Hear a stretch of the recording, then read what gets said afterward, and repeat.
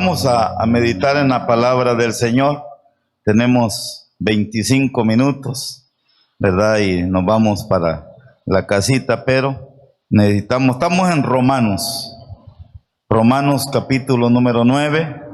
Primero Dios, que logremos rescatar algo de todo esto y que si quizás no tengamos profundidad en lo que estamos tratando de enseñar, pero hermanos, tengamos por lo menos una idea, ¿verdad? La enseñanza, el estudio que tenemos es bastante profundo, ¿verdad? Pero yo sé que algo podemos rescatar de todo esto. Vamos a la palabra del Señor, capítulo 9, ya estuvimos hablando un poquito la semana pasada y vamos a continuar porque aquí hay mucho. Quizás podríamos haberlo hecho así bien rápido, pero la meta mía es que logremos agarrar algo. Capítulo 9, verso 9. 9. La palabra de Dios se lee en el nombre del Padre, del Hijo y del Espíritu Santo, y dice así: porque la palabra de la promesa es esta: por este tiempo vendré y Sara tendrá un hijo.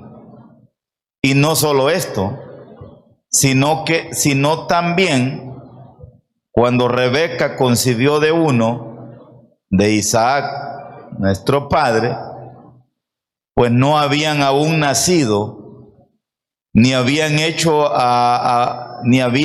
aún ni bien ni mal, para que el propósito de Dios, conforme a la elección, permaneciese, no por las obras, sino por el que llama. Se le dijo: el mayor servirá al menor, como está escrito: a Jacob amé, mas a Esaú aborrecí. ¿Qué pues diremos? ¿Que hay injusticia en Dios? En ninguna manera. Pues a Moisés dice: tendré misericordia del que yo tenga misericordia, y me compadeceré del que yo me compadezca. Así que no depende del que quiere, ni del que corre, sino de Dios, que tiene misericordia.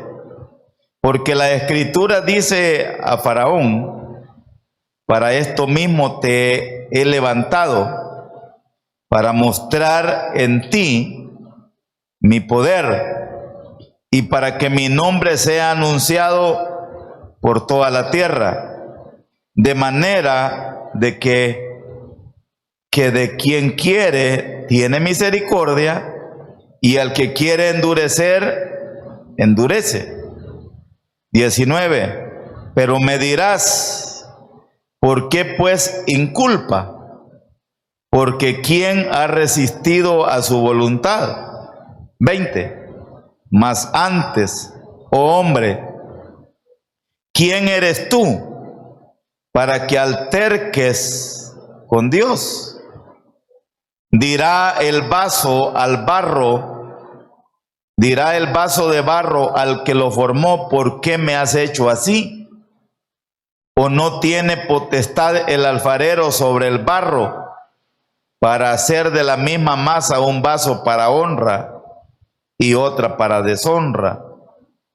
¿Y qué si Dios, queriendo mostrar su ira y hacer notorio su poder, soportó con mucha paciencia los vasos de ira preparados para destrucción, y para hacer notorias las riquezas de su gloria, las mostró para con los vasos de misericordia, que él preparó de antemano para gloria, a los cuales también ha llamado, esto es, a nosotros, no solo de los judíos, sino también de los gentiles. Vamos a dejar ahí porque si no, no terminamos. Padre bendito, le damos infinitas gracias por su presencia, por su poder, por su amor, por su bondad, por su bendita misericordia. Gracias, mi Dios, por el privilegio y la oportunidad que usted nos da de poderle servir, de poder estar en comunión con usted. Que su Santo Espíritu sea el que tome el control completo de nuestras vidas y nos regale su favor y nos regale su bendición. Háblenos, por favor, a nuestro corazón. Se lo suplicamos en el nombre de Jesús. Amén y amén. Podemos sentarnos, hermano. Por favor, no se me mueva ya, ¿verdad? Nos faltan 20 minutos y hay que aprovechar el tiempo. El capítulo número 9 de la carta a los Romanos, yo se los dije, el apóstol Pablo comenzó a hablar acerca de la nación de Israel. Por cierto, pues, sigue en guerra, no ha terminado. Y el que Israel esté en guerra no es nada nuevo, si todo el tiempo le pasan disparando, ¿verdad? Si usted tiene la versión Reina Valera 1960, que es la que ocupamos nosotros, tiene como encabezado la elección de Israel.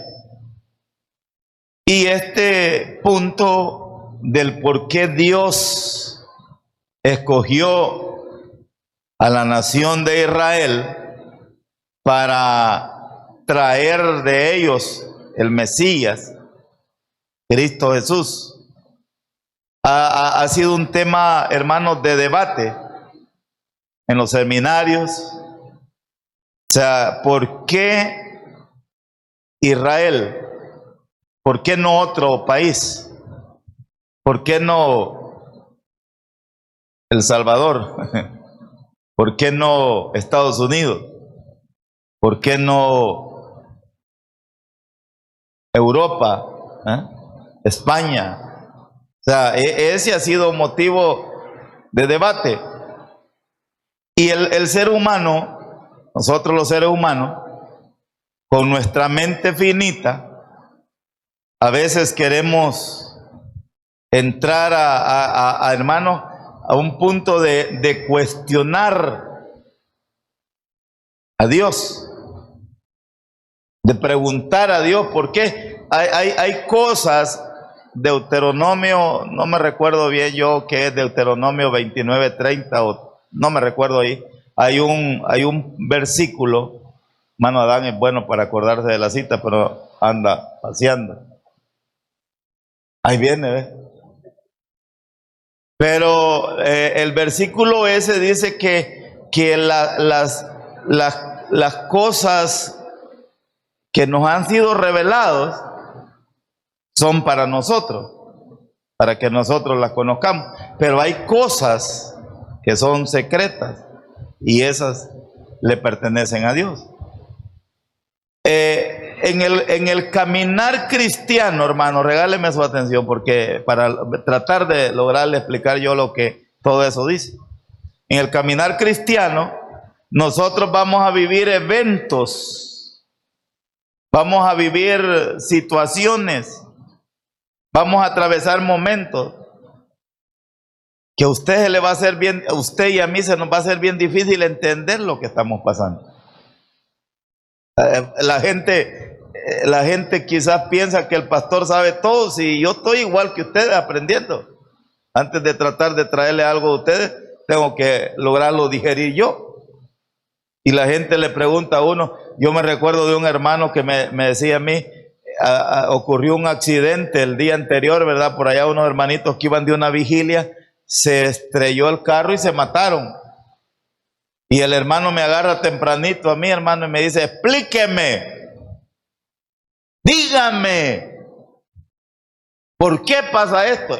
Hermano, usted no me venga a preguntar a mí esto. Si yo apenas quiero entender algunas cosas, pues. Eso le pertenece ¿a quién? A Dios. Hay una palabra que yo quiero que usted la guarde aquí, en la mente. Y esa palabra se llama soberanía. ¿Cómo se llama esa palabra, hermano? Soberanía. Hay un jabón que se llama Soberano, ¿verdad? Yo no sé por qué le pusieron así. La palabra soberanía, a veces dicen que nuestro país es soberano. Cuando hablan de que nuestro país es soberano, indica que es independiente. Significa que no tiene nadie que lo manipule, que él va a tomar sus decisiones independientemente, sin que nadie le diga lo que tiene que hacer.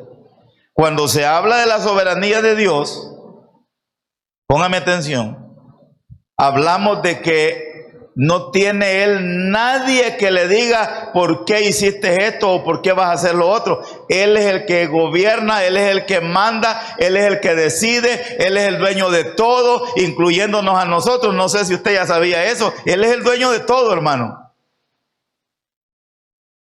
A mí me ha tocado que predicar en los velorios, en los matrimonios, en diferentes lugares. Llegar uno a quererle dar una palabra de ánimo a alguien que ha perdido un ser querido, que ha perdido un hijo. O sea, es una situación dura, difícil, que ha perdido un padre, porque aunque nuestros padres se nos fueron ya siendo adultos, nosotros no fue nada fácil. Uno vive y conoce eso.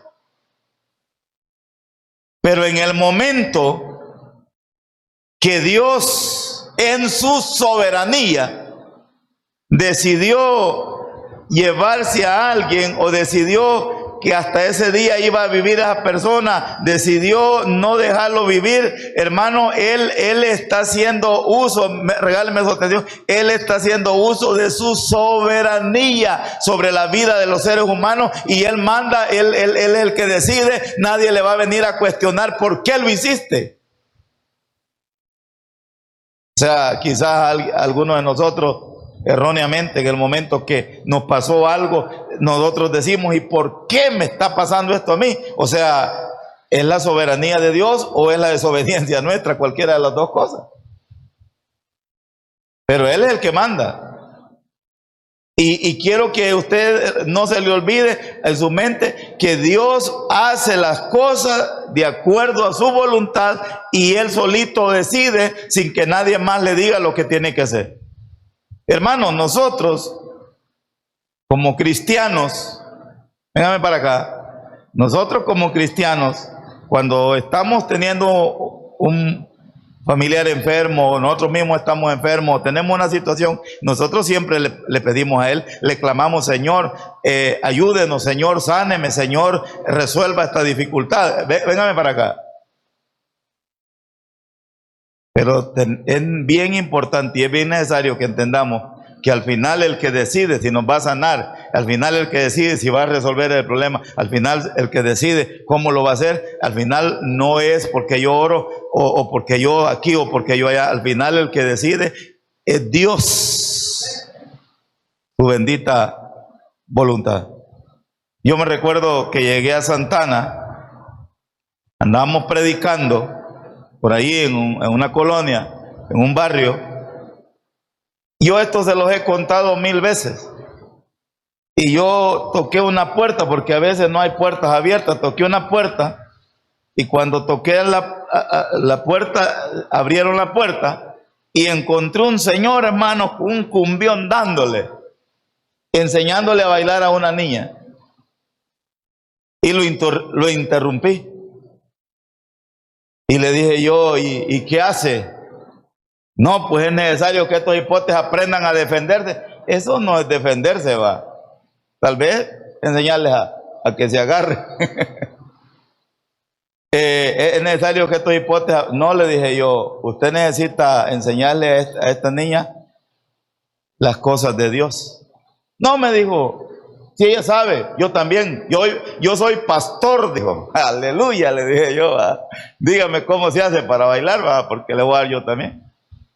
Yo soy pastor, me dijo, no más que fíjese que ya no pastoreé, me dijo, porque no me ha ido muy bien en la vida de pastor. No sé qué andaba buscando, le dije yo. No, me dijo, si algunas cosas conseguí, mire, todo esto que estoy aquí, yo lo conseguí, me dijo. Y sabe que todo lo conseguí con esto, mire. Todo se lo debo a mis rodillas, o sea, ni siquiera a Dios, sino que a sus rodillas. ¿Y eso cómo es? Le dije yo. No, si es que yo cada vez que me ponía de rodillas, Dios me daba lo que yo le pedí. Y hay que tener cuidado, porque las bendiciones hay que orar y hay que suplicarle a Dios y hay que pedirle a Dios. Pero usted, si piensa que solo porque usted va a poner de rodillas le van a dar, no siempre le va a funcionar. Porque hay cosas que usted ponga de rodillas, se tire de panza, se tire boca arriba y haga lo que quiera hacer, y le ofrezca a Dios todo lo que usted le pueda ofrecer. Si no es la voluntad de Dios, no va a pasar. Porque el que manda, no sé si ustedes me están entendiendo lo que yo le quiero decir, el que manda es Él. Y todo se desarrolla, hermano, todo se desarrolla en base a un plan divino. Un plan divino que Dios tiene establecido desde antes que nosotros naciéramos, desde antes que nosotros fuéramos formados. Dios tiene un plan, un diseño, Él sabe cómo lleva todo. Óigame, nada de lo que ha ocurrido hasta este día en la historia bíblica ha sido una casualidad. Todo está dentro del plan divino. Todo está establecido dentro del plan divino. ¿Cómo iba a pasar? ¿Cómo iba a suceder? Dios conoce las cosas de antes de que Él formara la tierra. Entonces esto es bien importante, que usted entienda. Y cuando alguien viene a cuestionar y dice, ¿por qué Dios escogió a Israel? Nos estamos metiendo en la soberanía divina, que Él fue el que decidió que esa nación, que ese país, porque la gente dice, ¿por qué Israel? Óigame, hermano, yo le he estado diciendo varios días esto, primero Dios algo agarremos. En Israel, en esa tierra que están peleando, el 2%, el 3% de personas son cristianas. El 3% de cada 100 personas que habita ahí, 3 personas son cristianas, incluyendo que dentro de ese porcentaje hay católicos y evangélicos. Y la gente dice, ¿por qué Dios escogió a Israel? Y esos no quieren nada con Dios. Ahí viene la pregunta. Ahí viene el interrogante. Entonces nosotros no podemos meternos, no podemos venir a decir nada, no tenemos una explicación. Es la soberanía de Dios. Así introduzco yo esto. Porque aquí hay una interrogante. Hay una pregunta. Bueno, la pregunta surgiría desde que Dios escogió, óigame hermano, Dios escogió a Abraham. ¿Quién escogió a Abraham? Dios escogió a Abraham. Óigame, el papá de Abraham, ¿cómo se llamaba el papá de Abraham? A ver, ¿alguien sabe? ¿Cómo se llamaba, hermano Roland? Taré, así se llamaba el papá de Abraham, Taré, ¿verdad? El papá de Abraham era idólatra. Vivían en un mundo pagano, no tenían temor a Dios. Pero Dios, en su soberanía, escogió a Abraham. Pues sí, porque si vamos a hablar de esto, nos metemos en un gran problema, porque decimos nosotros, ¿y por qué Dios escogió? ¿Por qué fue el primer habitante de la tierra Adán? ¿Y por qué la mujer fue Eva? ¿Y por qué? ¿Por qué? ¿Y por qué? ¿Y por qué? O sea, Dios es el que manda, pues. Entonces Dios escogió a Abraham. Y de Abraham nació ¿quién? ¿Quién nació? Isaac. ¿Cómo se llamaba? El hijo de Sara, el hijo de la promesa. Yo ya les expliqué que también Abraham engendró otros hijos. Hay otro muchacho que engendró, que es Ismael, que es el padre de los árabes, y ellos dicen que son los dueños de Israel, de la tierra de Israel. Pero no, la palabra de Dios nos enseña que los herederos verdaderos son los hijos de la promesa, y al que se le dio la promesa se llamó, ¿cómo se llamó? Isaac. Y cualquiera puede preguntar, ¿y por qué fue Isaac? ¿Y por qué no fue otro? O sea, Dios le plació así, Dios lo estableció así, Dios lo hizo así, y Dios es el dueño, Él sabe cómo lo lleva. Luego, hermano, de Isaac, ¿quién nació? ¿O a quién engendró? Engendró 2 hijos. Uno, el primogénito, ¿cómo se llamaba? Esaú, repita conmigo, Esaú, Esaú, Esaú. Y el otro, ¿cómo se llamaba? Jacob. ¿Quién era el primogénito? Esaú. Allí desde que estaba, ¿verdad? Que Rebeca se llama la mamá a mí se me olvida esos nombres, se me olvida Rebeca y la otra, ¿cómo se llama? Y Raquel, me confundo, ¿verdad? Pero Rebeca, en el vientre de Rebeca habían dos hijos, Esaú, ¿y quién más? Y Jacob. Y desde que estaban adentro de la panza, hermano, si uno solo, como dijo la hermana Gloria en su testimonio, dijo, yo oraba que fueran dos y con uno solo casi me muero, digo, y no digamos con dos. Y las que tienen tres. Entonces, hermano, desde que estaban esos dos muchachos en el vientre de Rebeca, ¿cómo estaban? Agarrados, ¿verdad? Como algunos de los hijos de nosotros, que así pasan todo el día. ¿Y por qué? Porque ya había una guerra de poderes desde adentro del estómago. Pero, hermano, nació el primero que de acuerdo a la costumbre judía era el que le correspondía, y era Esaú. Él era el primogénito, y el primogénito todo el tiempo tenía un privilegio mejor. Y después salió Jacob, y dice que cuando salió Jacob venía pegado del carcañal del hermano, o sea, peleando, pues. Pero, óigame bien, legalmente o de acuerdo a la costumbre, el que le correspondía ser el padre de la nación de Israel era Esaú. Pero, óigame, hermano, pero Dios escogió a Jacob. Dios escogió a Jacob. Y por eso, léalo ahí conmigo usted, la palabra de Dios. Y dice la palabra 12, versículo 9:12.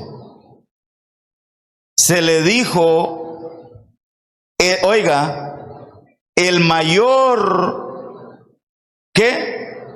Servirá al menor. O sea, Esaú servirá a Jacob. 13. Como está escrito. ¿Cómo está escrito? A Jacob amé, mas a Esaú aborrecí. O sea, esa palabra suena bien dura, ¿verdad? A Jacob amé y a Esaú aborrecí. Regáleme su atención, póngame su atención, porque si no, no le voy a lograr decir lo que yo quiero decir. O sea, no significa de que Dios amó a Jacob y a Esaú aborreció, así que lo vio mal. Allí lo que la palabra está diciendo, que Dios seleccionó a uno de ellos. Dios escogió a uno de ellos. El otro tiene su nación y tiene su gente y tiene su pueblo. Pero para seguir la línea mesiánica, la descendencia de donde iban a ser Jesús, no fue Esaú al que legalmente le correspondía, era Esaú, pero Dios escogió, Dios seleccionó. No me venga a mí a preguntar, porque de repente la gente en las iglesias y en todos lados está cuestionando, ¿y por qué a ese escogieron? ¿Y por qué a ese lo pusieron? ¿Y por qué ese yo debería ser? Y eso pasa aquí en el tabernáculo, no, pero en otras iglesias hay muchos abajo sentados queriendo ser el pastor de la iglesia y peleando. Es que yo aquí en esta iglesia yo debería ser el pastor, yo soy mejor que él, yo haría las cosas mejor. Entonces, y la palabra de Dios dice, Dios es el que escoge, Dios es el que selecciona. Jesucristo vino a la tierra y escogió a sus 12 discípulos. ¿Quién lo escogió? ¿Quién escogió? Jesús. ¿Y quién iba a estar influenciándolo? La madre terrenal María. Mira, ¿no se acuerdan de una señora que llegó y le dijo, mira, Señor, cuando vengas en tu reino, por favor, quiero que a mi hijo lo pongas a la diestra y a mi otro hijo a la izquierda tuya? O sea, ella estaba queriendo pedirle lugares especiales, posiciones, no crea usted que era otra cosa. Y le dice el Señor, yo no puedo hacer eso. Yo no te puedo prometer nada. Eso ya está establecido a quien le corresponde. Punto. ¿Está conmigo?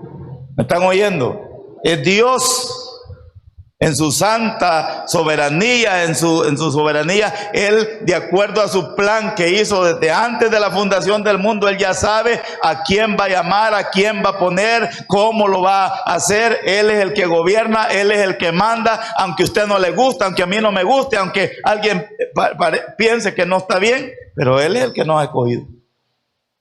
Él es el que nos ha puesto. Él es el que ha puesto a cada pastor en cada lugar, no es un invento, porque hay congregaciones que se rebelan con los pastores y los van a sacar. Yo he conocido congregaciones que en la noche llegan y le suben todos sus chunchecitos al pastor en un camión y se la van a dejar lejos.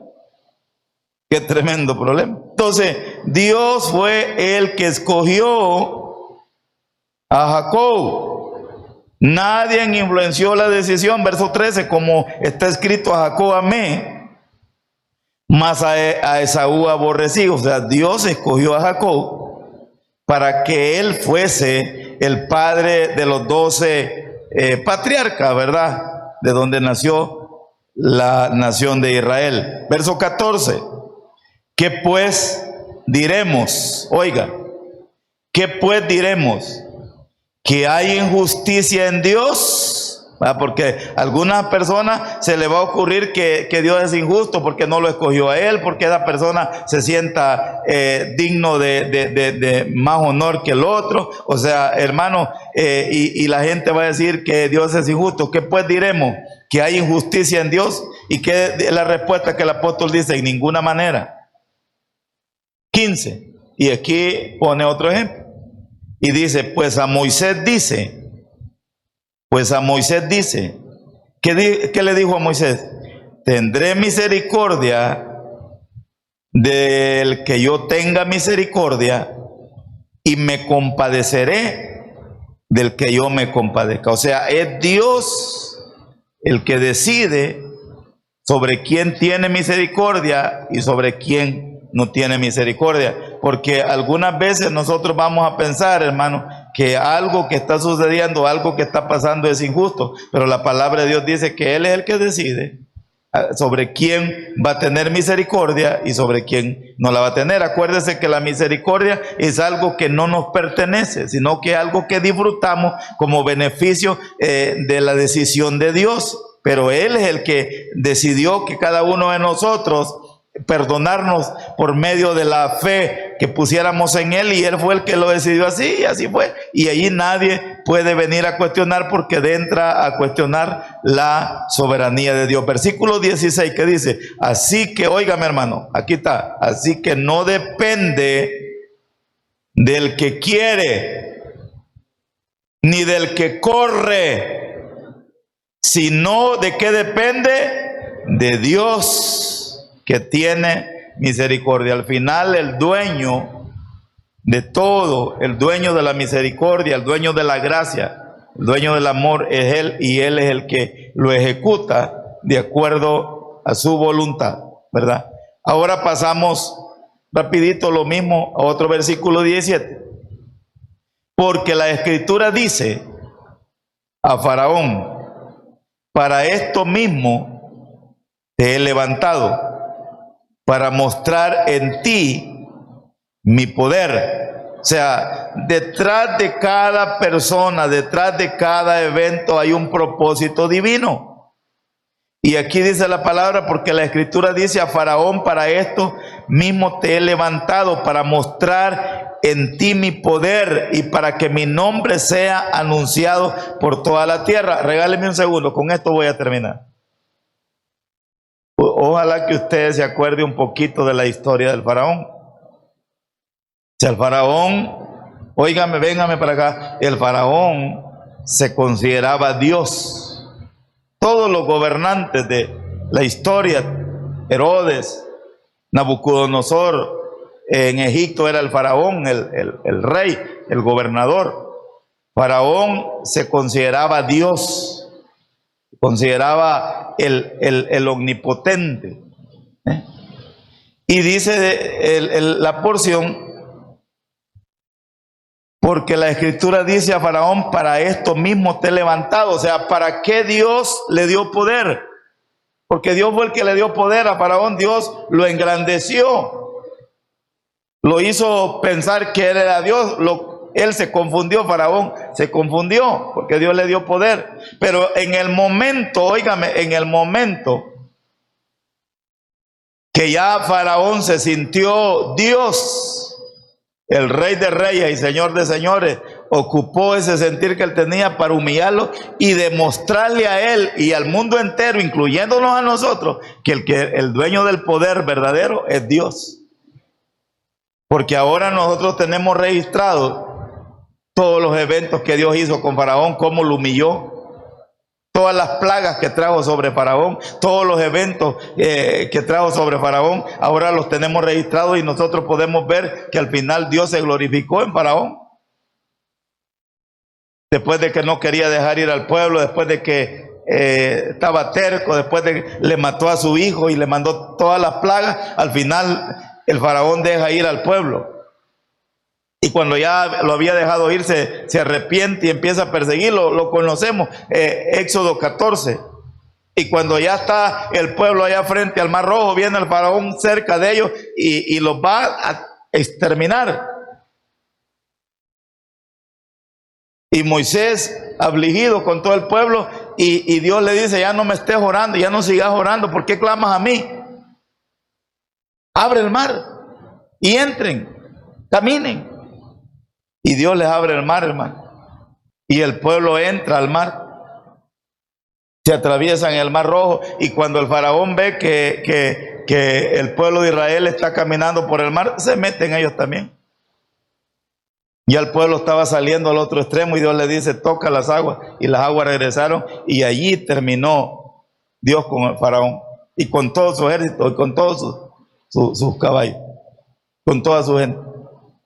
Entonces, la palabra de Dios lo dice, versículo 17, porque la escritura dice: a Faraón para esto mismo te he levantado, para mostrar en ti mi poder y para que mi nombre sea anunciado por toda la tierra, de manera de que quien quiere, de manera que de quien quiere tiene misericordia, y el que quiere endurecer, endurece.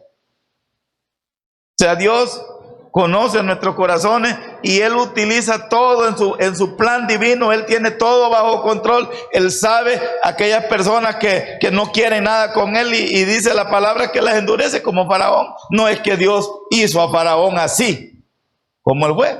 Faraón tomó la decisión de que no quería creer en Dios y que él se sentía Dios. Dios lo que hizo es darle un poquito más de poder para que él se elevara más. Lo endureció más. Y al final lo humilló y se lo acabó. Y se cumplió el propósito divino. Dios cumple su propósito siempre. Él es el que gobierna, Él es el que manda. Él es el que tiene el control completo. Él es el que decide, es su soberanía. Nadie puede venir a cuestionar a Dios. Y concluimos de manera que de quien quiere, tiene misericordia, y el que quiere endurecer, endurece. Lo dejamos ahí porque si no, no nos vamos. Él es el dueño, Él es el que manda, Él es el que gobierna en su soberanía. Él toma las decisiones y nosotros como hijos de Él tenemos que aprender a aceptar la voluntad de Dios. Tenemos que aprender a caminar bajo la dirección de Dios, porque Él es el dueño de todo y no hay un ser humano sobre la faz de la tierra que venga a cuestionar lo que Dios hace. Regalémosle un fuerte aplauso al Señor. Padre bendito, Padre santo, gracias por su presencia, gracias por su poder y gracias por su amor. Que su Santo Espíritu sea haciéndonos entender. Usted nos escogió a nosotros y nos ha puesto a cada uno de los que aquí estamos y nos ha asignado una responsabilidad.